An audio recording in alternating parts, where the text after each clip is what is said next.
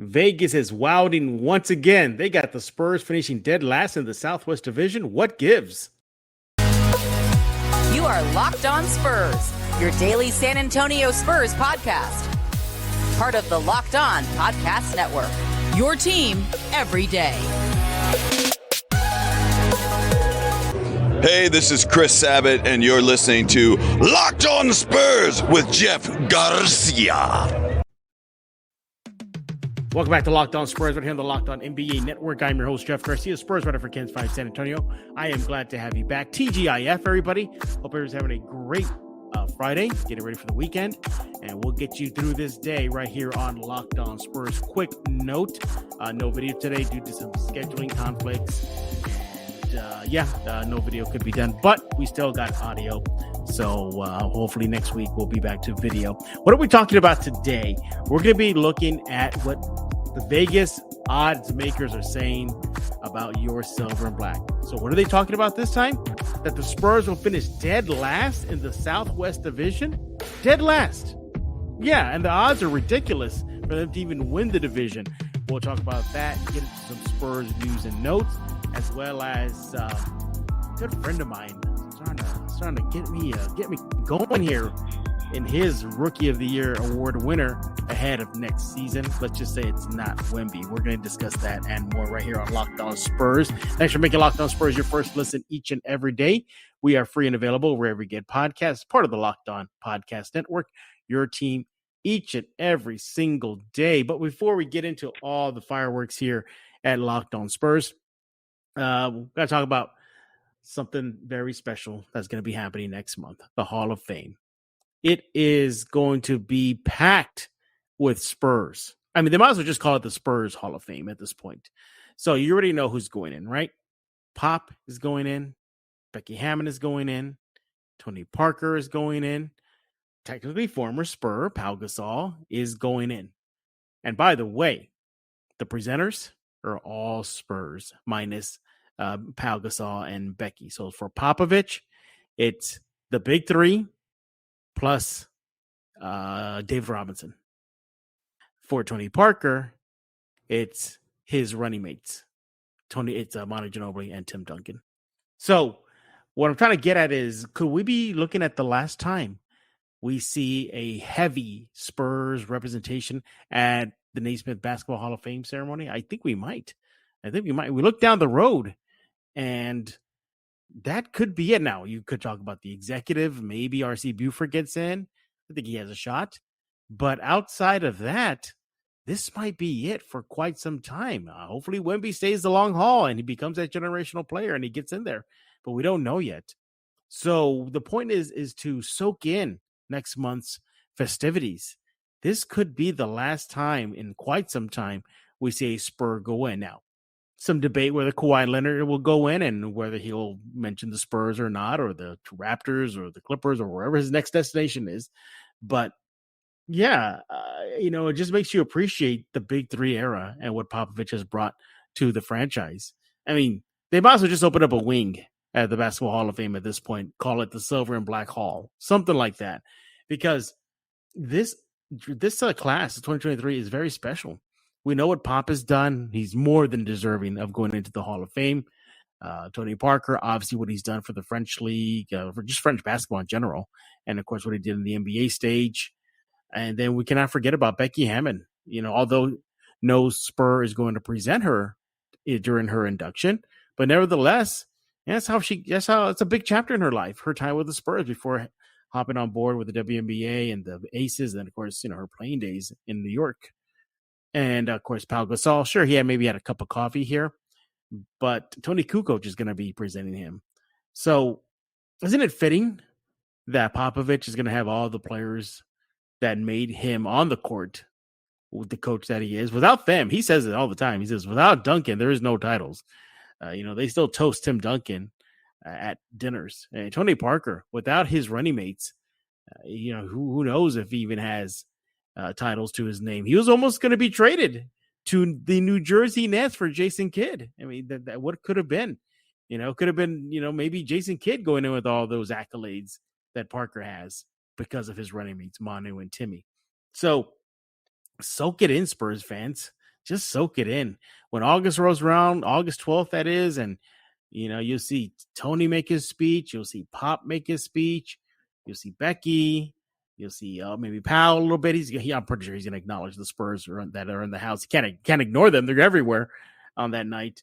This is probably one of the last times we're going to see something so special for the franchise, and it's almost fitting. The Spurs they're still technically in a rebuild, and they're looking to forge the next wave, the next path.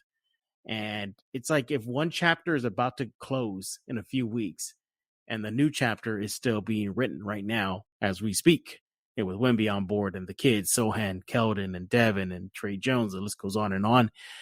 So if nothing else puts the hammer in the coffin, the nail in the coffin, that is, about the Big Three era, all but over, minus Pop, he's still coaching.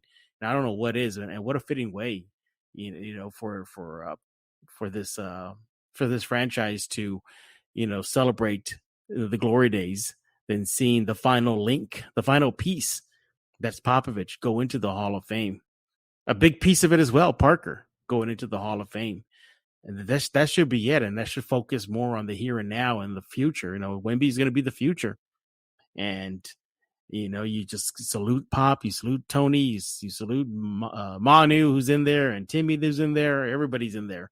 And reflect on what this city had for quite some time. Decades of playoff success, thanks to those gentlemen that are about to go into the Hall of Fame in just a few weeks, and the ones that are already in there.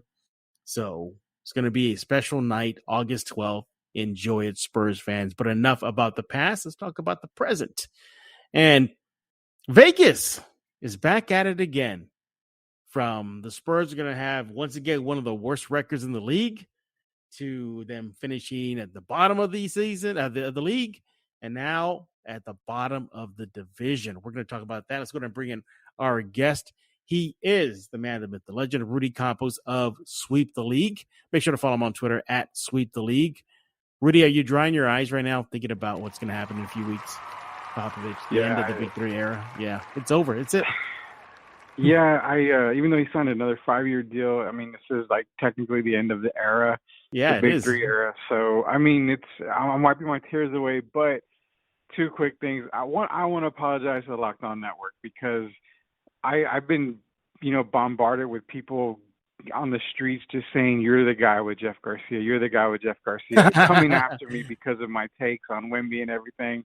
That's why I don't want to be on camera. No, I'm just playing about that. But one thing I'm not playing about is I just clicked on the DraftKings site, Jeff, and I put $1,000 as the next Spur to go in is one Jeff Garcia for Spurs Media, Hall of Fame. So I've got my $1,000 ticket right here.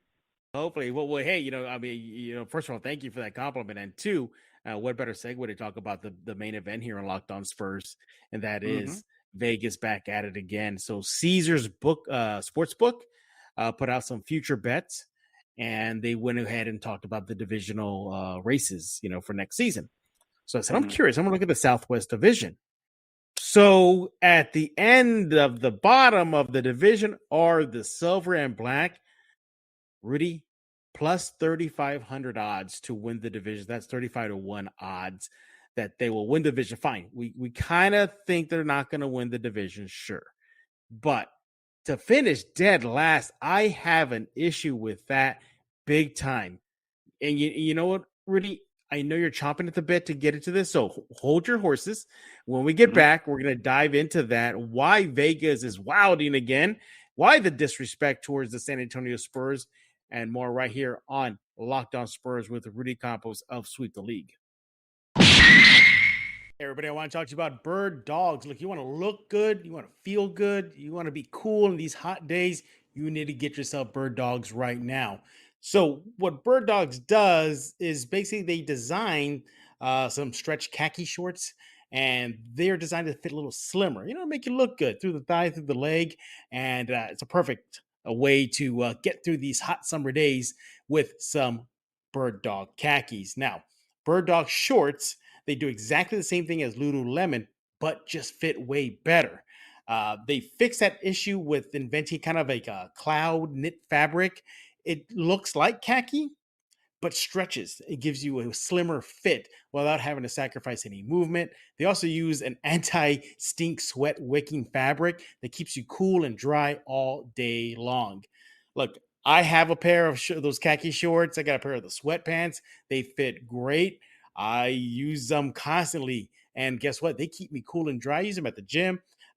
Keeps me cool and dry there. No nastiness with me when I go to the gym wearing my Bird Dog shorts, khakis. Hey, you want to go to birddogs.com/LockedOnNBA right now. Enter promo code LockedOnNBA.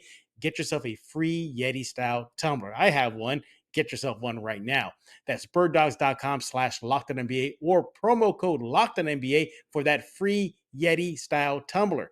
You don't want to take your Bird Dogs off. I promise you.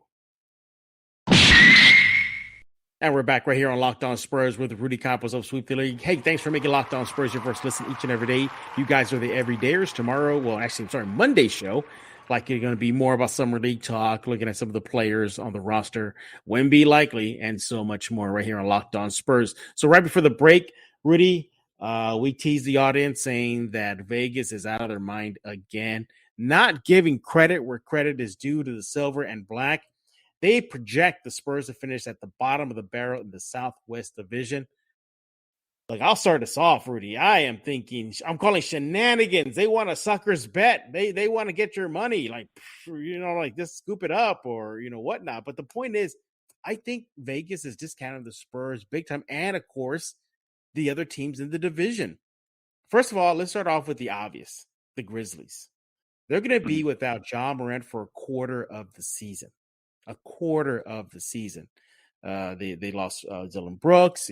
Sure, he was kind of a knucklehead, but he was a instigator, a defender, one of the best in the league. So I think losing Ja for a quarter of the season is going to hurt them. That leaves an opportunity for the Spurs to climb, doesn't it? I mean, am I out of my mind here? I mean, at least it presents a door open for the Spurs to at least leap a little bit over Memphis. Yeah, I think the Grizzlies are going to struggle in everybody's mind without Ja Morant. But let's not forget, last year when Ja Morant was out, they were probably one of the better teams, and that was without him. So they tend to play a lot better. But again, they didn't really improve a whole lot in the offseason to make me feel like they are actually, a team that could stay at the top. Honestly, out of the Southwest Division, Memphis is probably not the one that I have winning that division anyway. But I can see the Spurs creeping up on them while Ja is out. But again, we need to see, because they did get Marcus Smart in the offseason. Mm-hmm. They did sign Derrick Rose, who's, a thing of the past, but still very, very valuable. They're not losing anything at the point guard position still. They still got two great players there. Losing Dylan Brooks is kind of more of a head case type thing, but they really didn't replace that guy, which is Dylan Brooks. So I think you're going to see some struggles from Memphis to start the season. I don't see them winning the division. So that is one team that, I could say definitely won't repeat as division champs. All right, let's go ahead and move on then. So we kind of, left the door open ajar for the Spurs to not finish at the bottom of the barrel because of Memphis and what's going on. I mean, losing a player like that for a quarter of a season, what could have been, maybe the face of the franchise if he wasn't doing some stupid stuff online with guns and whatnot. But here we are. So then you look at down the other teams, you got to go with Houston next. Houston, despite having multiple top picks, still haven't put it together. They are still young. They are just in a rebuild as the Spurs are. They got a brand new coach with Ime Udoka. Sure, they added Fred VanVleet. I believe they also, overpaid for Dylan Brooks. But nevertheless, this team over the past few years haven't shown any type of progress forward. I think it's going to take time for Ime to get his philosophy, his coaching schemes, they're going to have some bumps along the road trying to at least put into action what Ime is preaching. I say there's another team right there that leaves the door open for the Spurs to not finish at the bottom. I mean, Houston really hasn't proven anything. Rudy, your thoughts? So Houston is kind of the wild card team for me. I really have the Spurs looking better than them right now going into the season, and mainly being because Ime is taking over, and Ime is a really good coach. You saw what he did with Boston, but you're looking at Boston's team that was a veteran team with Tatum, Brown, Grant Williams at the time, Marcus Smart. He had some really good leaders on that team. He had some really good players on this team. he's got great players on Houston. Fred VanVleet's going to add a tremendous amount of value to the Houston Rockets, but it's not going to be any more than probably another 4, maybe 5 wins total. Great draft class in the past couple of years. Jabari Smith, Sengun, Jalen Green. This year they got Amon Thompson and Cam Whitmore, who was very, very, very undervalued at the position that he was drafted in. So they're going to be good later on in the next few years. But I think that's one team for sure that I have the San Antonio Spurs jumping over. I actually have them dead last in the Southwest Division when it comes to the Houston Rockets. Yeah, I think so too. I think if there's a race to the bottom, or just, if they're trying to win and just not putting the W's together, would be San Antonio or Houston. But I think San Antonio has a leg up simply because of Wemby. We'll get to the Spurs in just a few minutes. Then there's the Mavericks. Sure, the Mavericks are a good team. They have Luka Doncic, but they still have Kyrie Irving. You don't know what Kyrie Irving you're going to get. Are you going to get the one that's straight and narrow, goes and does his job, or for a full 82 now with Dallas, will he will he act up? Will he cause some sort of disruption off the court? Also, too, Dallas, again, hasn't proven anything. Winning division is great, but for a team that's considered one of the best, they really haven't put it together as far as a deep playoff run. Now, does Dallas have perhaps the best shot at winning the division? Of course, they've shown that over the years. But, with Dallas kind of on top there, you don't know what Dallas team you're going to get. Is the pieces going to fit? Is Luka not going to, throw his hands up in the air and say, what's it? I'm out, cash out, because, there's rumblings that if the Dallas doesn't do anything, then maybe, just maybe, that possibility where he could demand a trade. So Dallas seems to be the leader, but I would not put it past Dallas to stumble out of the gates. 100%. I think Luka's going to come out pretty strong. He's going to start that MVP chant very early in the season. That's kind of what he's done in the past couple of years. He's coming out really, really strong. Everybody talks about MVP. He's playing MVP caliber ball. And he kind of goes downhill a little bit. I really, truly expect the Dallas Mavericks to implode this season. You're probably going to see come trade deadline either Kyrie or Luka probably being moved out. It's a great idea on paper, 2 superstars like that, especially one that's an MVP candidate year in, year out. But I don't see it working like it did last season. It didn't work at all. I see that to continue this year. Grant Williams, great addition. Not only that, Seth Curry, a great addition for the Dallas Mavericks. But, they don't have any depth in the front court, which would be, they have Dwight Powell, Max Kleber, Rashawn Holmes as well. They drafted Derek Lively. It's just guys that are not going to be good at that center position for me. You're going to see teams like the San Antonio Spurs, New Orleans Pelicans, even the Houston Rockets are probably going to be able to beat them up down low. Guard play is going to be so huge for the Mavericks. I actually have them and the Spurs fighting for that third position in the division right now. Yeah. Dallas, obviously, you give them, the tip of the cap to finish at the top of the division as of right now. But yeah, would not be surprised if they fumble along the way. Then there's New Orleans, and I think the big, no pun intended, issue is Zion Williamson. Sure, they are a good team. I think they might be the team to win the division. Mm-hmm. But even without Zion, BI, Brandon Ingram plays great. There's Alvarado that plays good. They got themselves a good young team there. So I got them winning the division as of right now. But even with that, and we just discussed the other teams, we'll get to the Spurs when we get back from the break. I still don't think the Spurs finished dead last, though. No, Spurs did not finish dead last. Now, New Orleans is my pick for the Southwest Division. Willie Green is doing a fantastic job down there. Even with Zion, okay, so you have a healthy New Orleans squad. That is 100% the best team in that division.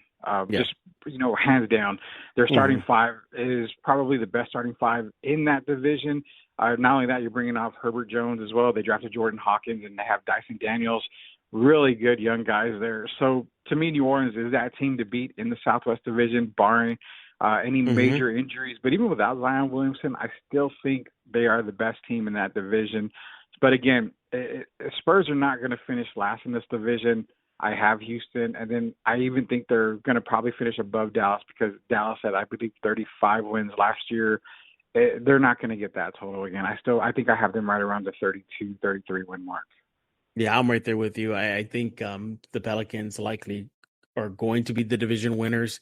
But again, they're just, I mean, there's an argument too that maybe, just maybe, the Southwest Division is probably the weakest among all the divisions in the West. Yes. I would think there's an argument there. So that leaves the door wide open for the Spurs. And speaking of the Spurs, when we get back, we're going to talk about them, their chances, and why they're hopefully not going to finish dead last in the division. Then get into some Spurs news and notes, including Rudy has something off his chest about Rookie of the Year award at Chet Holmgren, and we'll hear what he has to say about that right here on Locked On Spurs. Hey, I want to talk to you about FanDuel. Take your first swing at betting MLB on FanDuel and get 10 times, you heard that right, 10 times your first bet amount in bonus bets up to $200. It's a lot of money. That's right. Just bet $20 and you'll land $200 in bonus bets, win or lose. Check it out. That's $200 you can spend betting from everything from the money line to the over and under to who you think is going to be the first home run. All on an app that's safe, secure, super easy to use. Plus, when you win, you get paid instantly. I mean, what more can you want? Well, there's no better place to bet on MLB than on FanDuel, America's #1 sports book. I go there. I love they're looking at their NBA futures, their projections on the Spurs and Wemby. It's all there. You got to go to FanDuel right now. Sign up today. Visit FanDuel.com/LockedOnNBA and get up to $200 in bonus bets. That's FanDuel.com/LockedOnNBA. FanDuel, the official partner of Major League Baseball. Got to talk about Mudslingers Drive-Thru Coffee. It is a proud local sponsor of Locked On Spurs. Did you stay up late thinking about Wemby in your head? Yeah, he's coming to San Antonio. What is in store for the Spurs? Well, you want to definitely go and get a drink if you need a little pick-me-up over at Mudslingers Drive-Thru Coffee. Look, located in Stone Oak area, Mudslinger serves delicious pick-me-ups for busy people on the move. So whether you're in the mood for a latte, a cold brew, or a Red Bull infused lightning bolt, I like that one. I add the strawberry, people. Add the strawberry flavor. Drinks for every taste. Over 300 5-star reviews cannot be wrong. They got a wide selection from dairy alternatives, low-calorie options, caffeine-free drinks for those who just want to take it easy. And if you're new to coffee, try the Mudslingers delicious combination of espresso, steamed milk, dark chocolate, and caramel. I got to get me one of those right now. If you need to get your heart pumping, though, try the Wemby-inspired Alien Lightning Bolt. It's a full can of Red Bull with green apple and kiwi. I have had it. Friends have had it. They all say it is great and it'll definitely get you going. Not big on caffeine? Then try everybody's favorite creamy orange drink from the mall back in the 70s and 80s. You remember that drink? Well, it's back over at Mudslinger. It's called the OG OJ. I was very glad that they asked me to name that drink. So go check out the OG OJ. Located at 2404 Thousand Oaks Drive near 281 at 1604. Open every day, 6 a.m. to 6 p.m. You'll find them on Instagram, Facebook, Twitter, TikTok under Mudslinger STX. Life is too short for bland coffee. And we're back right here on Locked On Spurs with Rudy Campos of Sweep the League. Follow him on Twitter at Sweep the League. And as always, we thank you for making Locked On Spurs your first listen each and every single day. You guys are the everydayers. Monday show, like me, be more Wemby. The day ends in Y. Yep, it's going to be about Wemby. And, of course, the summer Spurs kind of nitpicking who's looking good or who's looking not good out in Vegas. All right, we're talking about the Vegas odds. Caesar Sportsbook, once again, not giving the Spurs the credit where credit is due. They have them projected to finish dead last in the division. We say bleep. Nope, not going to happen. So that leaves us with the other team, that is the Spurs. And look, you got Wembayama. That alone is going to boost your win total. I mean, he gives you at least 15, 20 wins just with him there. You also add the fact that this is a team that got, a lot of experience last year in the NBA. They took a lot of lumps. They took a lot of lessons. And I'm pretty sure those young guys like Keldon and Devin, Jeremy and Trey Jones, and the list goes on and on. They're going to prove that, hey, you know what? We were better than that. And we're going to take those lessons learned and implement them next season. Pop is back. I think that's a huge factor as well. But it just feels like another sign of disrespect. I don't think Vegas odd makers are really giving credit where credit is due, or at least giving the Spurs kind of a tip of the cap, something. But for 35 to 1 odds, basically just to finish dead last in the division, I call shenanigans. Rudy, I mean, I think Vegas sports odd makers are not giving the Spurs their due. Your thoughts? Yeah, I think the Vegas sports guys were probably just looking at, Victor and saying, oh, okay, he's not going to add much. He's going to add a little bit. He's going to get him some wins, but he's not going to add much. But Vegas failed to realize it's not just Wemby. It's the moves the Spurs have already done in the offseason that is clearly the reason why they're not going to finish dead last in that division. Two guys in particular, Cedi Osman and Reggie Bullock, two guys that can shoot the ball. And what did I say before with Wemby? If you draft Wemby, you've got to surround him with shooters. So you're adding them to go along with Doug McDermott, to go along with Devin Vassell, who's improved his jump shot. You've got a lot of guys that can shoot around him now. So that's going to make life easy for Victor Wembanyama. And I think that's where we're going to see, Vegas wrong. Now, 100%, I always hear you don't bet against Vegas. Vegas knows what they're doing. You never bet against them. But in this case, I mean, if you're going to take the best money and the easy money for them having them not finish dead last, I would take that bet all day. If they're not going to finish last, they've made some really good improvements, and I'm probably going to guarantee they're not done making moves on this roster. Yeah, exactly. Just because they're quiet right now does not mean they can be active players in the trade deadline period. So when they have a lot of assets, as Rudy mentioned right now, a lot of young players, I guess they can flip still, not including Wemby though. And yeah, and you saw what Wemby gave this team over, at least in a very small sample size, 2 games. A little bit of column A, column B, column C, column D, and then when he explodes, it's a lot of column A, column B, C, D, and E. But yeah, I don't think this team falls at the bottom of the barrel in the division. It's a weak division. You have teams that are kind of iffy headed into the new season, barring Mavericks and the Pelicans. Yeah, I mean that just the Grizzly situation, the Rockets in flux right now. We're in rebuild mode. That leaves the door open for the Spurs to maybe finish third in the division, third, which I think they can do. I really believe they can do that. And yeah, we want to hear from you. What do you think about Vegas not giving the Spurs their due? You can let Rudy know on Twitter at Sweep the League. You can let me know on Twitter at Jeff G Spurs Zone. Let's get into some Spurs news and notes before we let you go on this fine Friday.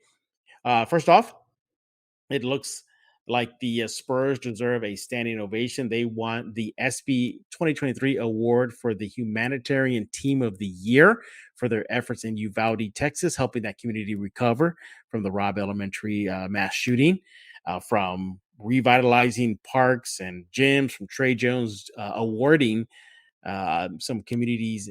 Part of the community out there was $25,000 to go into helping sports, kind of a way for the community to heal. So you give them that. You also give the fact they had an open practice last season where they invited the Uvalde community to come and shoot hoops with them and watch them run plays and whatnot. Talk about a deserving award, Rudy. They definitely earned it. Yeah, 100%. It's something that it's no matter how many times you hear it, because the Spurs are a community, community basketball team. They help out the community. You're always seeing them out there, whether it be, passing out food at the food bank, donating their time to Habitat for Humanity, just doing stuff for the community. It's still, heartwarming for Spurs fans and the city of San Antonio to see their team winning SB awards and winning other types of awards for their community service. 100% San Antonio Spurs, do a lot for the community. We appreciate that. And again, congratulations out to the San Antonio Spurs. Absolutely. As you heard in the intro, the presenters for the Spurs heading into the Hall of Fame have been announced. Popovich will be presented by Dave Robinson, Manu Ginobili, Tim Duncan, and Tony Parker. Tony Parker will be presented by Manu Ginobili and Tim Duncan, and should be making up for a great evening. August 12th. It's going to be Spurs centric. So it'll be must-see TV for all silver and black fans.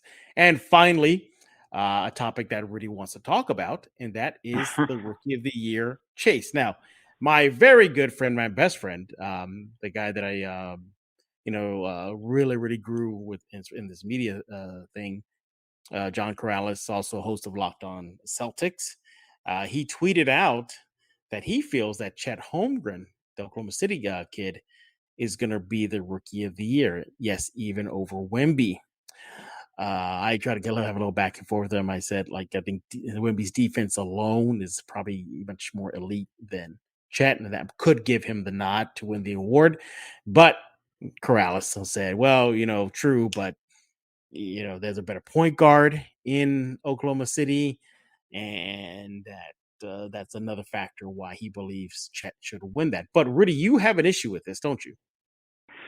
I've got a minor issue, but I can also see where Corrales is coming from in a way. But my issue with it is the fact that, Chet, it's going to be really hard for Chet to win Rookie of the Year. He's got to have a really big season because you've got guys like SGA there as well as Josh Giddey. Those two guys are going to be pretty dominant when it comes to Oklahoma City.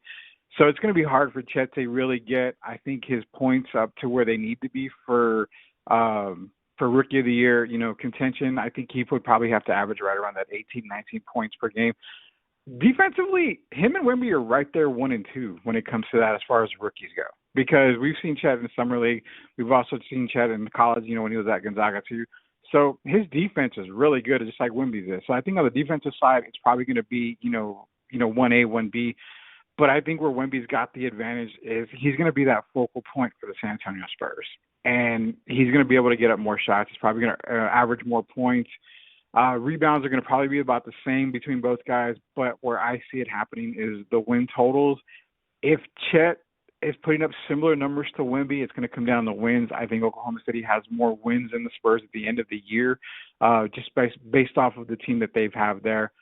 But it's going to be hard. I'm glad I saw that debate between you two guys because it's a debate I've been having internally with me. Between those two guys for Rookie of the Year, I only have one other guy, and people will laugh at me, but one other guy outside of Scoot Henderson is Cason Wallace, who actually plays for Oklahoma City. He's kind of like my dark horse, but It's going to be a good Rookie of the Year race. It is, sure. Yeah. It is between Holmgren and Scoot and Wemby.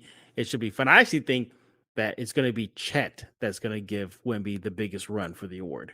Very nice. Yes. Scoot. Yeah, I think it's going to be him because at least in summer league action, Holmgren looks like the home run that many thought he would be. I dare I say a budding rivalry on the court, Wemby versus Chet as a future. I think that could happen. I think that could be a rivalry. I wouldn't be, I wouldn't be mad if that turned into a rivalry year, because I really love both players. They like, I like Chet a lot. I really do. But Wemby and him could be a really good rivalry for the future. So not only that, you've got Sam Presti there too with some Spurs ties. So adds a little bit more to it. Absolutely. Yes. And we are done talking. We want to hear from you. What do you think about the Spurs falling in the division? Do you agree with the Vegas future odds that they're going to fall at the bottom of the barrel? Or do you think the Spurs are going to surprise and take advantage of the situations other teams are involved in the division and move up? I think they're not going to finish dead last, and Rudy also agrees with that. And also, what do you think about Popovich and the end of the Big Three era, at least, symbolically, as he goes into the Hall of Fame? And of course, where do you stand? Wemby, right? Wemby's going to win Roy, right? It's sign, seal, deliver, right? Yeah, well, let us know. Let Rudy know on Twitter at Sweep the League. And speaking of Sweep the League, Rudy wants to talk about that show and probably a little bit more. What's going on? Yeah, Sweep the League. We're releasing episodes every single week wherever podcasts are available, Spotify, iHeart, wherever you can find podcasts, you'll find Sweep the League. We're talking a lot of NBA, especially NFL ramping up. So we're going to get into our NFL talk, give you some predictions. Cowboy fans, obviously you want to listen because you're going to dog on me every time I do not, really say nice things about the Cowboys, but we'll have NFL predictions here pretty soon. And I got to give a quick shout out before we go to Locked On Spurs guest, Brandon Medina. He's seen the Blake Wesley hate because I'm there, man. Honestly, I hate to say it, but I'm getting Lucas Simonic vibes out of Blake Wesley. What? You're going to Lucas these, Simonic vibe. What's going on? I'm getting them. They're not there yet, but I'm getting them. And I know I'm going to get a lot of crap for that. But just look at the game film, man. He's very uncontrolled. He has to play a lot more controlled ball. And I just don't see it right now. I really don't. Ooh. I never thought I'd hear Lucas Salmonic's name once again said here on Locked On Spurs, but here we are. Once again, he is Rudy Campos of Sweep the League. Follow him on Twitter at Sweep the League. And Google it, subscribe, do what you got to do. We thank you for making Locked On Spurs your first listen each and every day. We are free and available wherever we get podcasts. You guys are the everydayers, and we appreciate you coming on this show, at least listening each and every day. Next week's show, more Spurs, more silver and black, more Wemby, more summer Spurs. The list goes on and on. But for Rudy Campos, I am Jeff Garcia, and we're going to put a lock on this episode of Locked On Spurs.